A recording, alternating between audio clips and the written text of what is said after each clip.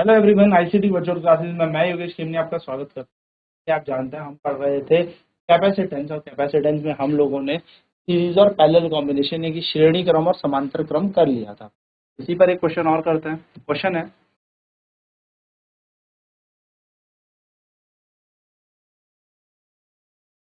Capacitor कुछ इस प्रकार से दे रखे हैं। यह 2 माइक्रोफेराड का, यह 3 माइक्रोफेराड का, यह 2 माइक्रोफेराड का, यह 3 माइक्रोफेराड का। आपसे पूछा है फाइंड द नेट कैपेसिटेंस।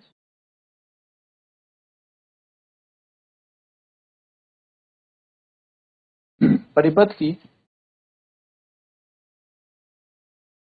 कुल धारिता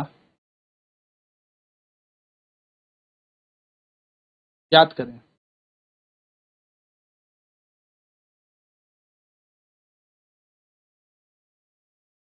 परिपथ की कुल धारिता ज्ञात करें।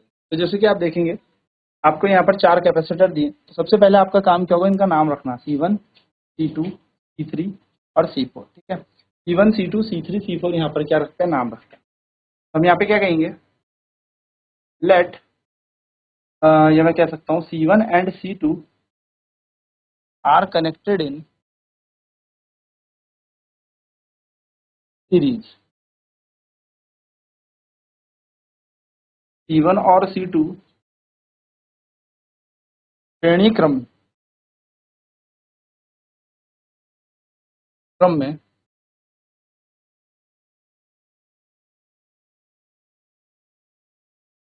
जुड़े हैं। लेट डैश इनकी नेट कैपेसिटेंस है। मान लिया C डैश इनकी कुल धारिता है। C डैश क्या है, इसकी कुल धारिता।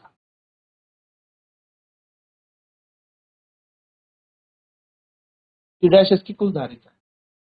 हमें पता है 1/C डैश बराबर, क्योंकि सीरीज में लगे, सीरीज यानी कि श्रेणी में सूत्र क्या होता है, 1/C1 प्लस 1/C2। यहाँ आ जाएगा 1/C1 प्लस 1/C2 यानी कि 1/2 प्लस 1/3।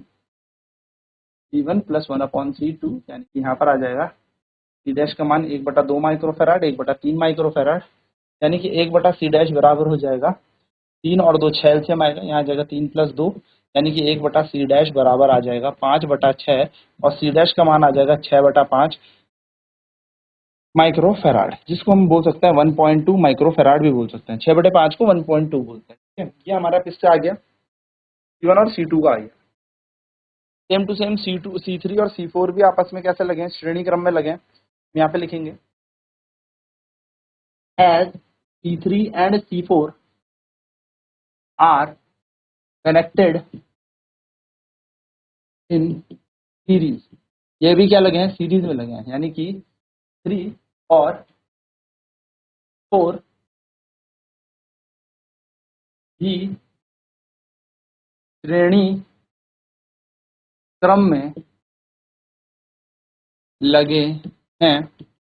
लेट, मान लिया C डबल डैश इनकी नेट कैपेसिटेंस है। कैसी है, नेट कैपेसिटेंस यानी कि कुल धारिता है।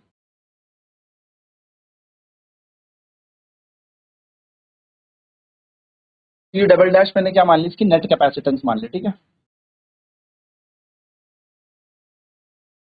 यानी कि C डबल डैश क्या है, इसकी कुल धारिता, किनकी, C3 और C4 की कुल धारिता।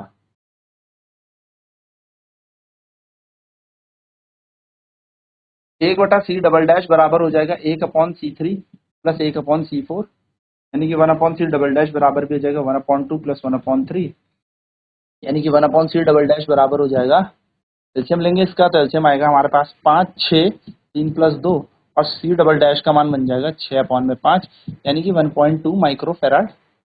ये बन गया। अब आप इस डायग्राम को देखेंगे, जो ये हमें कंप्लीट एक डायग्राम दे रखा है, वो कुछ इस प्रकार से बन गया। ये है C डैश, ये है C डबल डैश, जिसकी वैल्यू कितनी है 6/5, यानी कि 1.2, और इसकी वैल्यू भी कितनी, 6/5। अब आप देखेंगे तो ये दोनों के दोनों, यानी कि C dash and C double dash are connected in parallel. कैसे लगे हैं, पैरेलल यानी कि समांतर में जुड़े हैं, है ना। ये बात ध्यान में रखनी है, C डैश और C डबल डैश समांतर क्रम में जुड़े हैं। तो क्योंकि ये समांतर क्रम में जुड़े हैं तो मान लिया लेट पी इनकी नेट कैपेसिटेंस है, यानी कि पूरे सर्किट की कैपेसिटेंस है, पूरे परिपथ की धारिता है, नेट कैपेसिटेंस। तो मान लिया यहाँ पर सीपी क्या है, इसकी कुल धारिता है। तो अगर कुल धारिता सीपी है तो सीपी का सूत्र क्या होगा, सीपी बराबर हो जाएगा C dash plus C double dash, यानी कि सीपी बराबर आ जाएगा 6/5 प्लस 6/5। एलसीएम ले लेंगे तो 5 आएगा, 6 प्लस 6 हो जाता है 12, तो सीपी बराबर आ जाएगा 12/5, यानी कि 5 दूनी 10, तो 2.4 माइक्रो फेराड यहाँ पर इसका आंसर बन जाएगा। बस सिंपल है और यही हमारा आंसर है, यानी कि सीपी बराबर क्या आ जाएगा 2.4 माइक्रो फेराड की बात। चलिए तो नोट डाउन करेंगे इसे फटाफट से।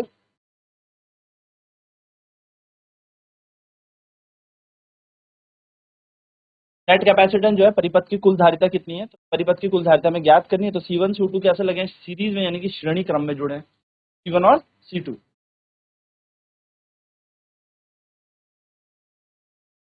तो C डैश यहाँ पर नेट कैपेसिटेंस है, कुल धारिता है, तो 1/C डैश बराबर 1/C1 प्लस 1/C2 हो जाएगा। तो 1/C dash 1/2 plus 1/3। C dash के लिए एलसीएम ले लेंगे 6 हो जाएगा, निपर 3 होता है 5, C डैश का मान निकलेगा तो 6/5 यानी कि 1/1.2 माइक्रोफेराड आ जाएगा।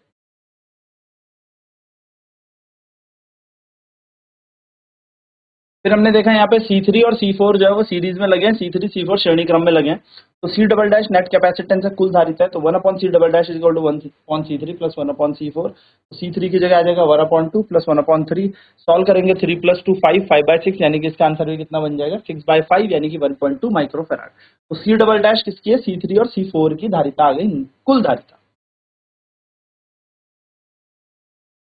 तो यहाँ पर C डैश का मान 6/5 है और C डबल डैश का मान भी 6/5 माइक्रो फेराड,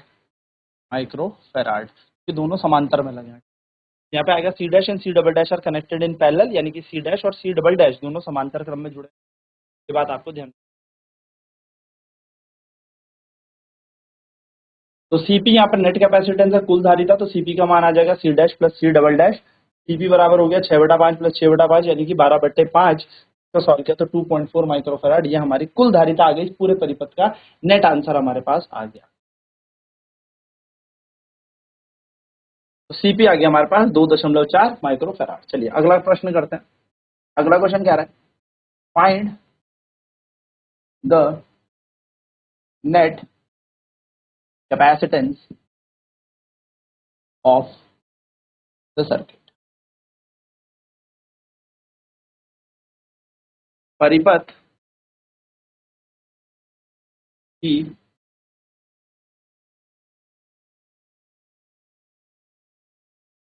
कुल धारिता ज्ञात करें। ठीक है, परिपथ की कुल धारिता ज्ञात।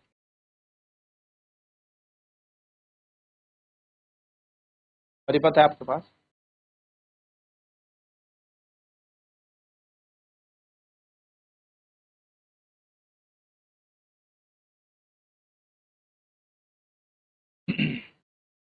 ये आपको दे रखा है, ये है ए पॉइंट, यह है बी पॉइंट, यह है 2 माइक्रोफेराड, ये भी 2 माइक्रोफेराड, ये भी 2 माइक्रोफेराड, ये भी 2 माइक्रोफेराड आपका। चलिए सॉल्व करेंगे इसे। तो देखिए यहाँ पर इसको नाम दे देंगे, यहाँ पर सारे के सारे समांतर क्रम में लगे, all the capacitors are connected in parallel. कैसे लगे हैं, पैरेलल में लगे हैं, सारे के सारे कैसे लगे, समांतर क्रम में लगे। सारी धारिताएं, सारी धारिता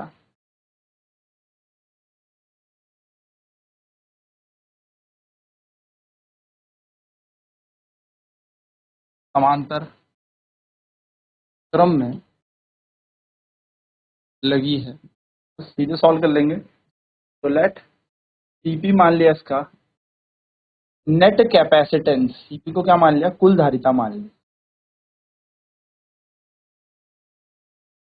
सीपी यहाँ पर कुल धारिता मान ली, सीपी का मान आ जाएगा सारे के सारे 2 माइक्रोफेराड के, 2 + 2 + 2 + 2 सारे जोड़ देंगे हम, कम होगा हमारा सारे जुड़ जाएंगे। ये डायग्राम हमारा होगा, सारी जुड़ जाएंगी, 2 + 2 + 2 + 2, 4 धारिताएं लगी है यहाँ पर, 1 2 3 4, तो टोटल आ जाएगा 8 माइक्रो फैराड। पैरेलल में सीधे जोड़ी जाती है।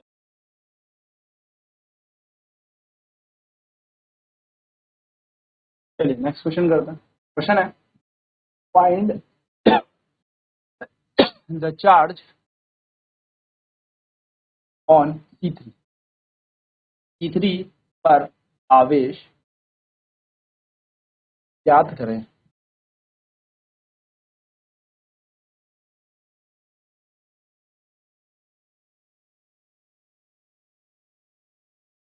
ये बैटरी है, ठीक है। कैपेसिटर C1 C2 C3, यह है 2 माइक्रो फैराड का, यह है 4 माइक्रो फैराड का, यह है 6 माइक्रो फैराड, और बैटरी लगा रखी है हम पे इस पे 60 वोल्ट की, ठीक है। आपसे बोला C3 पर आवेश ज्ञात करें। तो जैसे कि आप इस क्वेश्चन पे देख पा रहे होंगे,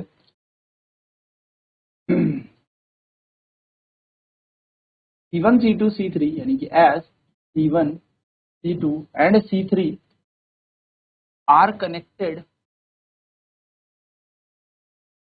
in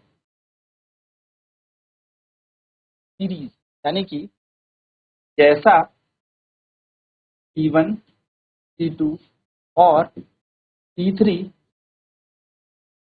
श्रेणी क्रम में जुड़े हैं। ये तीनों कैसे जुड़े? श्रेणी क्रम में जुड़े। तो you know that